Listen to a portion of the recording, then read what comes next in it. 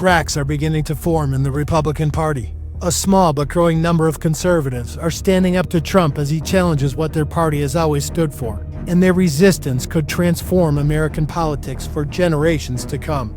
As Trump's aggressive moves clash with traditional Republican beliefs in free markets, small government, and careful spending, a handful of voices are beginning to speak out. This is the story of the growing fault lines in the Republican Party and the conservatives who are daring to say no to Donald Trump. When President Trump announced 25% tariffs on all Canadian and Mexican imports, he challenged a core Republican belief in free trade that had defined the party since Reagan. The conservative Wall Street Journal editorial board did not mince words. They called Trump's tariffs the dumbest in history, saying they will raise the cost of cars by thousands of dollars. For millions of American families already struggling with inflation, the tariffs could be devastating. For auto workers in Michigan, the tariffs threaten the supply chains that keep their factories running. Ford CEO Jim Farley sounded the alarm. If this persists, this tariff persisted with Mexico and Canada, it would mean billions of losses for the domestic car industry, huge impact for jobs in the U.S. Former GOP Senate Majority Leader Mitch McConnell reflected the traditional Republican stance. Yeah, I'm not a fan of tariffs. They raise the prices for American consumers. I'm more of a free trade kind of Republican. Rand Paul, the Libertarian Republican senator from Kentucky, was even more blunt. You know, tariffs are taxes, and anything that increases the cost of a good will ultimately increase its price. But speaking out against Trump can carry a steep political price. When Texas Republican Representative Chip Roy recently opposed Trump's debt ceiling proposal, Trump lashed out. Trump wrote on Truth Social yesterday that Congressman Roy is getting in the way of the bill for, quote, cheap publicity, end quote. President-elect Trump also called Roy a Republican obstructionist that needs to be, quote, done away with, end quote. But this fault line will only deepen as the tariffs begin to hit Americans' wallets. That's going to hurt American consumers. But the math behind our next fault line is even more brutal and inescapable. That's because Trump's $4.5 trillion tax cut package will soon collide with the reality of America's out-of-control debt. Our national debt has now reached $36 trillion. That's more than everything America produces in a year, much higher than even in World War II. Although Elon Musk and Doge are taking a chainsaw to government waste, it's the so-called entitlement programs, Social Security, Medicare, and Medicaid that make up nearly 2/3 of all federal spending. This creates an impossible choice. Without cutting these programs, there's simply no way to reduce the debt and cut taxes. And yet Trump has repeatedly promised not to touch these benefits. Most Republicans have fallen in line, but Kentucky Representative Thomas Massie stood alone in voting against Trump's tax cuts, worried about what they would do to America's financial future. Then there is the Freedom Caucus, a group of 35 conservative representatives who have traditionally fought against government spending. They wield substantial power in a narrowly divided House where Republicans hold just a 4-seat advantage. While they reluctantly supported Trump's budget, one of their most outspoken members, Chip Roy, issued a warning. It's that we must stop this disastrous spending of other people's money by the federal government in such a way that we are destroying the future of our kids and grandkids. In addition to the budget dilemma, controversy over spending cuts have spilled into public view recently.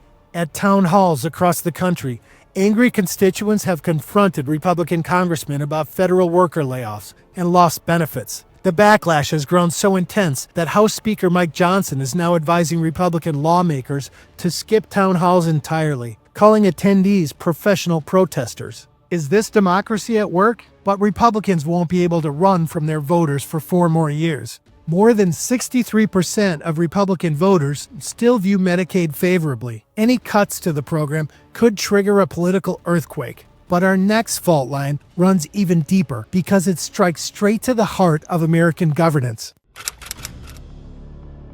Members of Congress do not like to lose power, even to a president in their own party. Yet just hours after taking office, President Trump issued an order freezing billions in federal funds that Congress had already approved for spending. This directly challenged Article 1 of the Constitution, which gives Congress, not the president, the power of the purse. This wasn't just another policy dispute.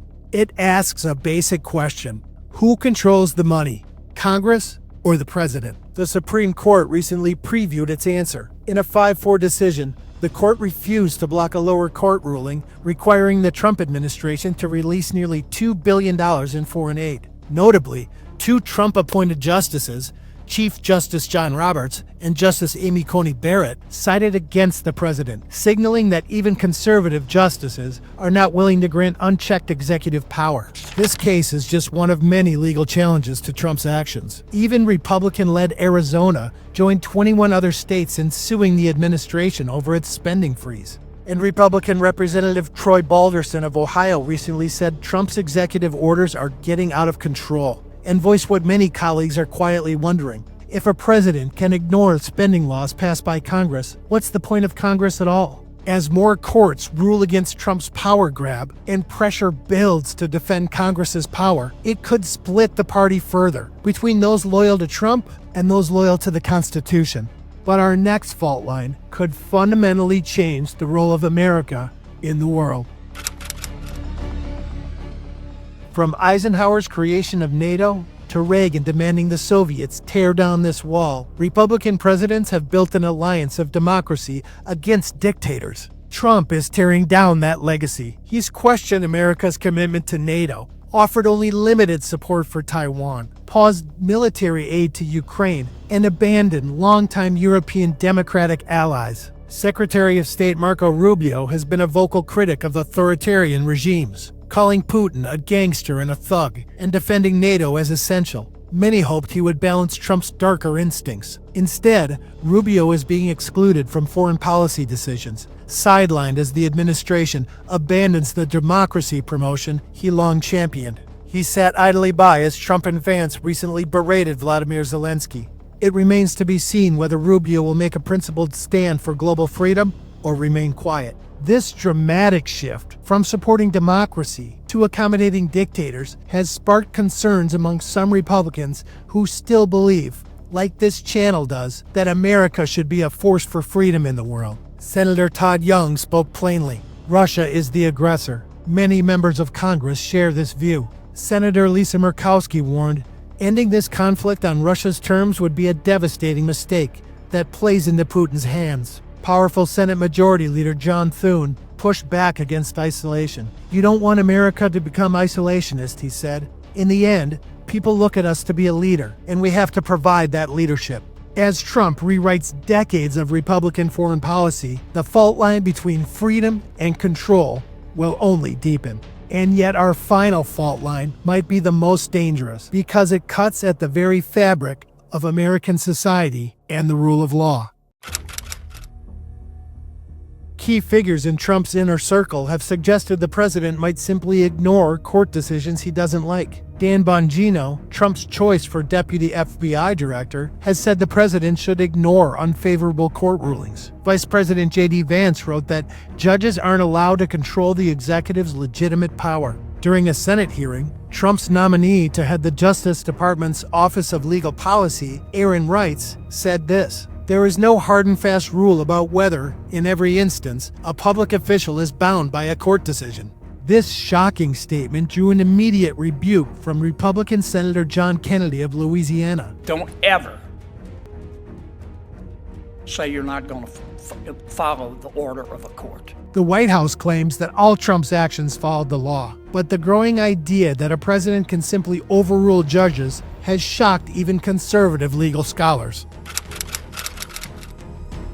The party that once believed in limited government now embraces expanded presidential power. The party of free trade now backs tariffs. The party that warned about deficits now pursues trillion-dollar tax cuts without clear plans to pay for them. For now, most Republicans have chosen to bow fealty to Donald Trump. But as these fault lines widen, every Republican will be forced to choose where their loyalty lies.